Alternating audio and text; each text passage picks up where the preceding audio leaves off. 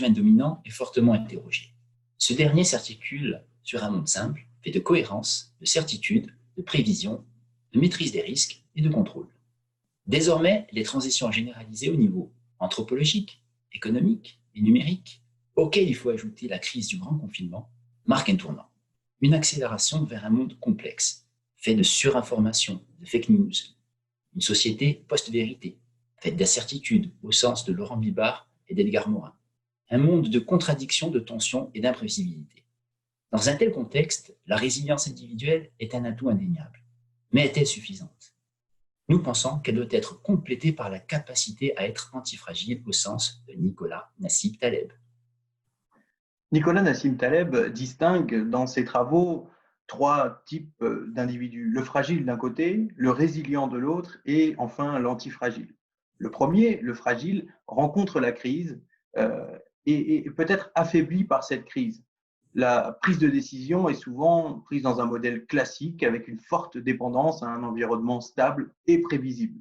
L'objectif post-crise pour le fragile est le retour à l'état initial, dans le meilleur des cas, souvent avec des séquelles. Le résilient, lui, rencontre la crise et cherche à encaisser la crise. Dépendant à son environnement, qui est souvent un environnement risqué, il a pour objectif un retour à l'initial avec un apprentissage individuel sans séquelles. L'antifragile, lui, lorsqu'il rencontre la crise, recherche le renforcement. Il intervient dans un monde complexe, le plus souvent chaotique et quasiment tout le temps incertain. Par la rencontre avec la crise, il se renforce et capitalise sur cette crise pour créer sa capacité à l'antifragilité.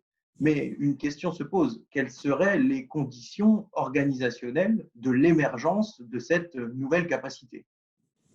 Faire émerger cette capacité est possible grâce à la gamification pour stimuler la prise de décision dans un contexte d'incertitude et améliorer les filtres mentaux et émotionnels.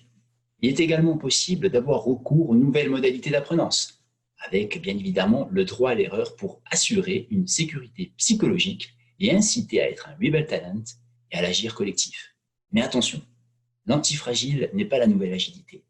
Elle n'est pas la nouvelle injonction à une nouvelle forme d'adaptation à un nouvel environnement. L'antifragile n'est pas le nouveau télos de l'évolution humaine. L'antifragile répond à la question du comment, mais également à celle du pourquoi. Un pourquoi symbolique, fait d'épanouissement, de développement personnel et également de mieux être ensemble.